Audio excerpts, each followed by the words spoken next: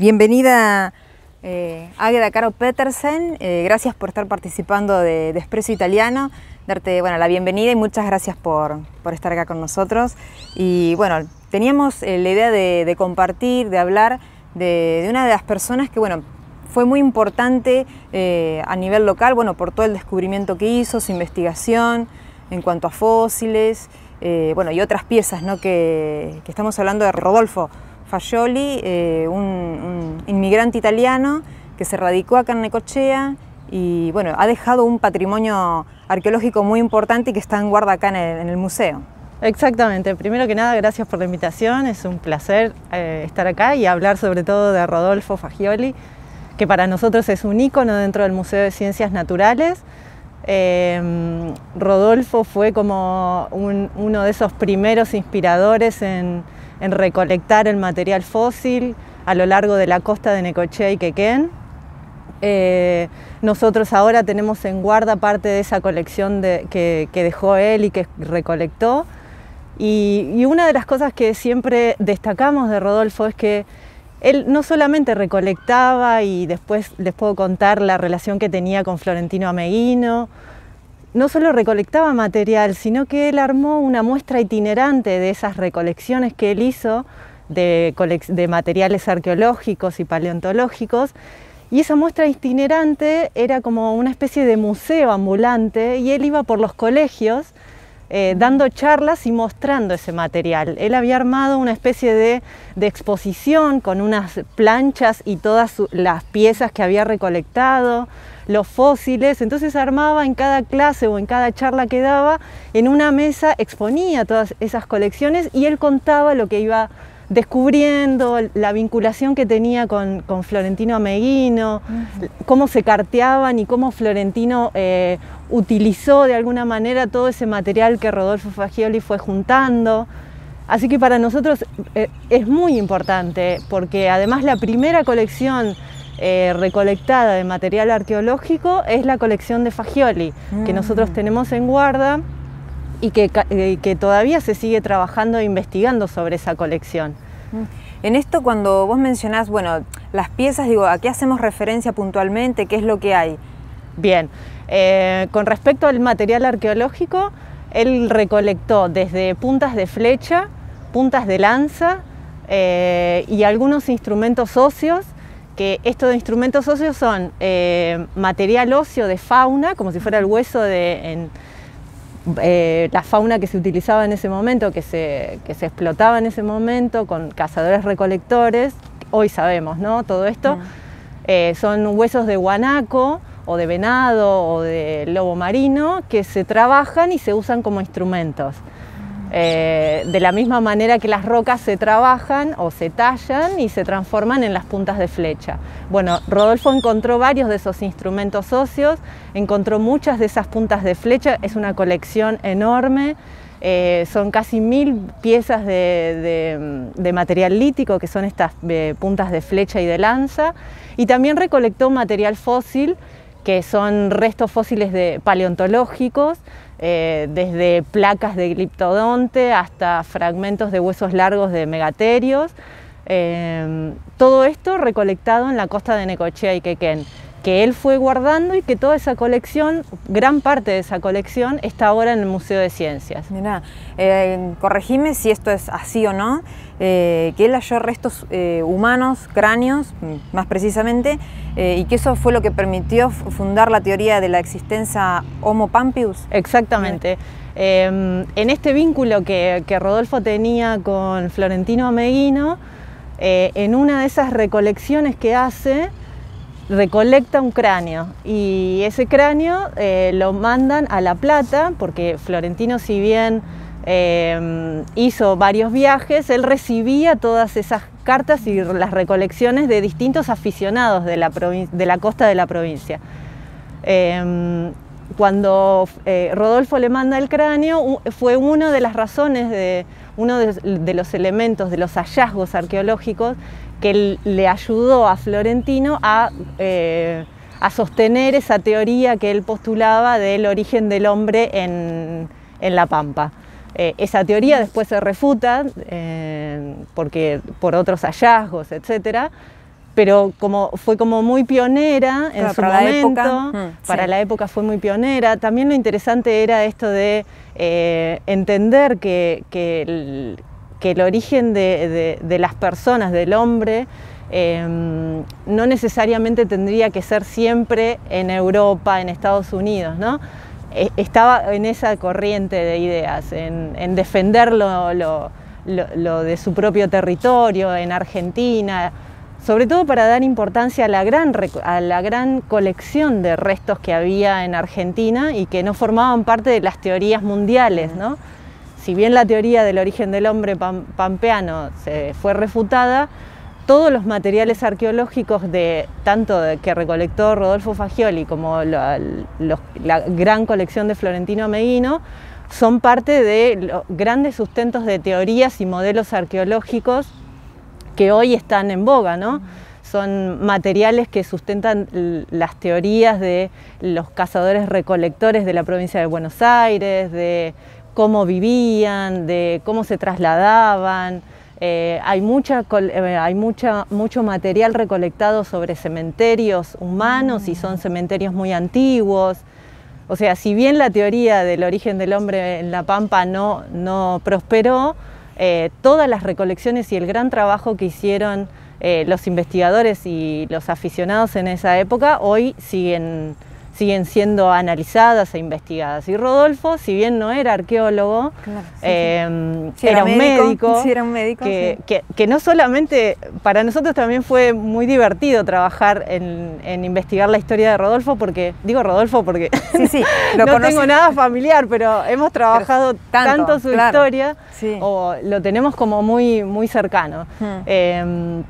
No solo recolectaba y daba charlas, armó una muestra itinerante, etcétera, sino que generó un montón de otras ramas de trabajo que tenían que ver con la medicina. La medanoterapia fue algo que él desarrolló también, ¿no? De cómo el poder que tenía, las particularidades de los médanos de Necochea eran terapéuticas para las personas.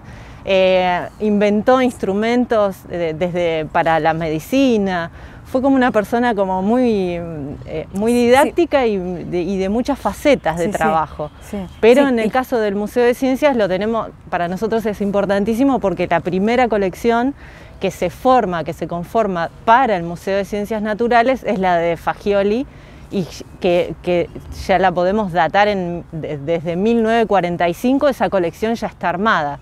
Después se fue recolectando, después se recuperaron otras piezas que estaban en casas particulares, ¿sí? En ese momento, en los 40, no había museos. Claro. Entonces, sí, de hecho, hay notas donde él describía que justamente tenía su colección propia, privada, bueno, en su casa. Exactamente, sí.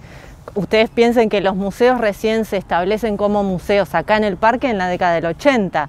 O sea que y recién en los 70 se empieza a conformar la colección del Museo Histórico, y en los 60 se empieza a conformar un grupo de amigos de las ciencias naturales que después que trabajaron en el Museo de Ciencias, pero la primera colección es la de Rodolfo Fagioli desde 1945, así que es de las primeras colecciones. Fue un personaje muy icónico en la ciudad y que sabemos que trabajaba en varios frentes de investigación. Claro, sí. Bueno, escribió muchos artículos, ¿no? También textos, y en uno mencionaba las cérpulas de Quequén, ¿no? Esa investigación que hizo en cercanías, ¿no? Del río Quequén.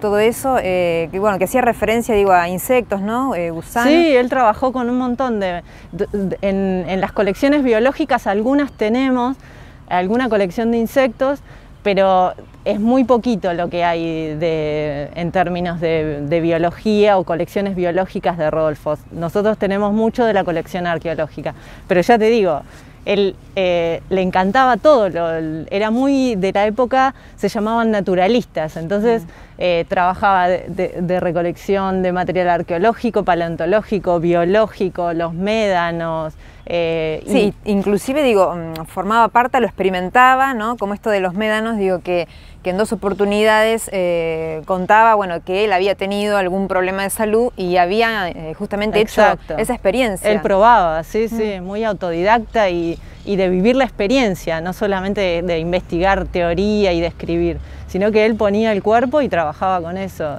se comprometía en términos de lo intelectual hasta vivir la experiencia en el campo. Claro. No sé si, digo, llama la atención de que sea un inmigrante italiano, digo, que haya dado tanto, bueno, el entusiasmo que él tenía, digo, por descubrir, investigar, digo, y aportar esto, bueno, a todos los datos, diríamos, que queden acá en Necochea, digo. ¿No? Eso no sé si... Sí, es particular, pero hay que pensarlo y abordarlo desde la lógica del contexto en el que él viene a Necochea. Pensemos que es principio del siglo XX, en los años 1910, 1890, fines del XIX. Toda esa época se caracteriza por un auge en esto de los naturalistas, en las recolecciones, en generar teorías.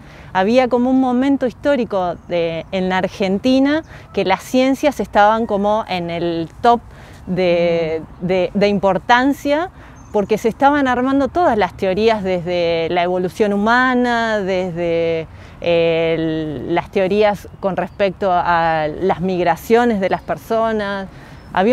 Era un auge, era un momento particular en donde estos naturalistas tenían como mucha influencia, se publicaba mucho en los diarios, escribían mucho, viajaban a las ferias de ciencias de París, Ameghino viajó también a París, o sea, había un auge y una importancia dentro de las ciencias que Rodolfo formó parte de todo eso. Si bien él estaba radicado en Necochea para 1910, todo lo que fue recolectando y en ese contexto de gran importancia de la ciencia, él aportó desde acá, y esa colección no solo aportó en la teoría, sino que hoy la tenemos para seguir trabajando. Claro, exacto. Y bueno, hacías mención esto de que se publicaba en los diarios. Justamente hay un artículo de él en la década del 40, bueno, creo que es 42 específicamente, que publica esto de la medanoterapia en Ecosdiarios. Y quería que me destaques esta relación especial que tenía con Ameghino, ¿no? Más allá, digo, del trato, bueno, estrictamente, digo, por lo de la investigación que llevaban a cabo, digo, una amistad, se formó un vínculo lindo, ¿no? Sí,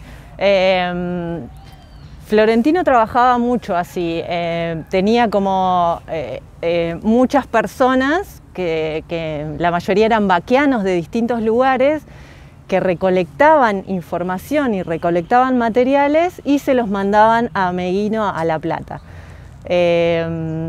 Rodolfo fue parte de esa red de recolección de información, y hay una gran colección de las cartas que se mandaban entre ellos. Esa colección de cartas está en el Museo de La Plata, y hay una investigadora que trabajó mucho y que ahora está publicando y dando conferencias sobre Florentino Ameghino, y también nos cuenta en esas publicaciones ese vínculo que tenía Fagioli con Ameghino, porque las cartas son interesantísimas. Sí, si bien nosotros no las tenemos porque son parte del patrimonio del Museo de La Plata, lo que se ha publicado hasta ahora son esas relaciones de principio del siglo, se tratan muy solemnemente, se ayudan, se colaboran, se mandan, se hacen preguntas, ¿a usted qué le parece? Son cartas muy interesantes desde lo científico, pero son muy emotivas, ¿no? Claro. Porque si hay una carga. Exacto, porque tanto para Fagioli como para Ameghino se les iba la vida en eso, era el centro de su vida, no era un trabajo, ¿no? Claro. Por eso ponían el cuerpo, el corazón, todo, y en las cartas eso se nota, más allá de la información geográfica, todos los datos muy puntillosos. Claro. También esa emoción que había entre los dos de compartir esa información y de ir descubriendo cosas, ¿no? Juntos, claro. Exactamente. Sí. No sé cómo considerás que es recordado, o si realmente se tiene conocimiento de quién fue Rodolfo acá en la ciudad, o si es un tema, bueno, que también calculo que lo deben abordar cuando se hace una visita, digo, acá en el museo. Claro, exactamente. No sabría cómo evaluar si cuánto es conocido Rodolfo o no, porque a veces cuando recibimos gente en los museos que nos visitan y hacemos las guiadas, a veces hay gente que le suena el apellido, o que saben, o que alguien les contó. O sea, no es que no está completamente anulado o que nadie lo recuerda. A nosotros nos pasa que cuando lo mencionamos, cada tanto alguien dice, ay, sí, yo me acuerdo, porque pensemos que en los 50 él estaba dando charlas en el Colegio Nacional, y las personas que cursaban en los 50 hoy están con nosotros, claro, la mayoría. Exacto, entonces son o abuelos de alumnos y alumnas que vienen a hacer las guiadas y alguien les contó. Y siempre, aunque poquito, digamos, no tanto como quisiéramos, pero cada tanto aparece como una mención. Y nosotros cada vez que hacemos las guiadas mencionamos que los museos no se arman espontáneamente, las colecciones no son espontáneas, sino que son años de recolección muchas veces de gente particular, de personas que gustan de las ciencias naturales y donan esas colecciones. Todos los museos municipales acá en Necochea, por lo menos, las colecciones son donaciones de personas de la comunidad, sí, que les gustaba un tema, que fueron recolectando, y para nosotros eso es muy importante, porque sin esa recolección, o sea, sin ese interés personal, los museos no existirían, claro, ¿sí? Porque, sí, y los investigadores e investigadoras no tendrían mucho con qué trabajar, porque imagínense que más allá de los temas particulares de investigación, no sé, en arqueología, desde hace más de 70 años que tenemos esa colección de Rodolfo, esos materiales se hubieran perdido. Exacto, entonces, sí, es muy importante, y cada vez que hacemos guiada mencionamos de dónde salen las colecciones, quiénes son las personas. Sí, los tienen presentes, los recuerdan. Sí. Siempre los recordamos. Y más allá de las personas también, pensar que las colecciones se arman con la comunidad. Y por eso los museos son espacios públicos y son espacios de participación, porque están conformados, nacen por el interés de la comunidad. Claro.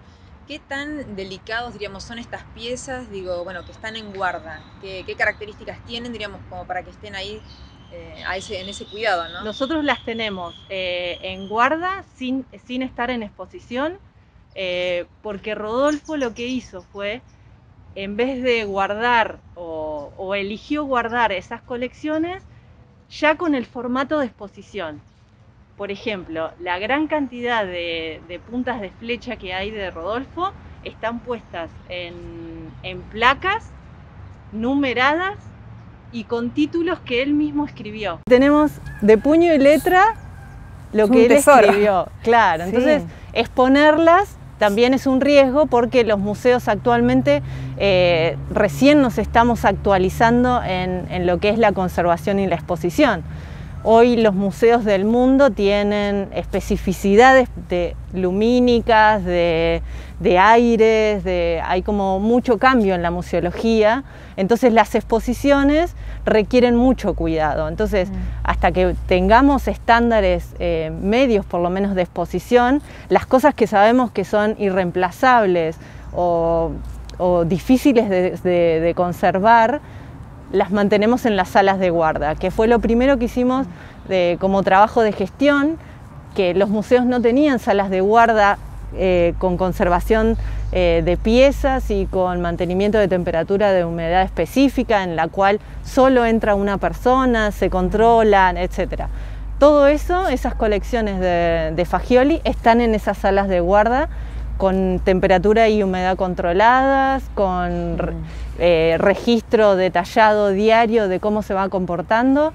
Entonces, esa es nuestra manera de hacerle honor a Rodolfo y mantener esas colecciones de la mejor manera posible. Bien, si tuvieses, bueno, que hacer una breve descripción, bueno, o un recuerdo, bueno, destacando, ¿no?, su rol, bueno, como ciudadano, bueno, investigador también, ¿qué dirías de Rodolfo?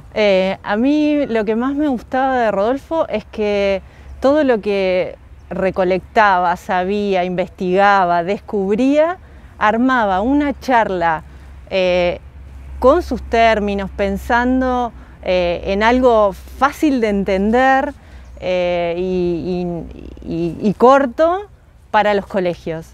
Me parece que la faceta pedagógica de Fagioli es algo muy destacable, porque a veces sucede, y ha sucedido durante mucho tiempo, que la ciencia se mantiene como en ámbitos diferentes a lo cotidiano, a la comunidad.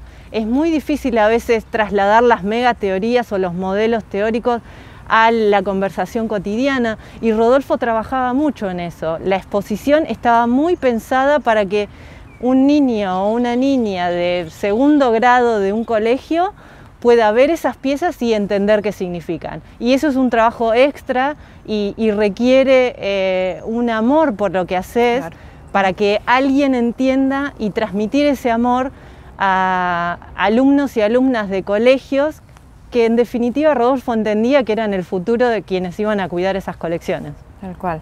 Muchas gracias, Águeda, por todo este testimonio y por cuidar este patrimonio que nos ha dejado Fagioli. Muchas gracias a vos.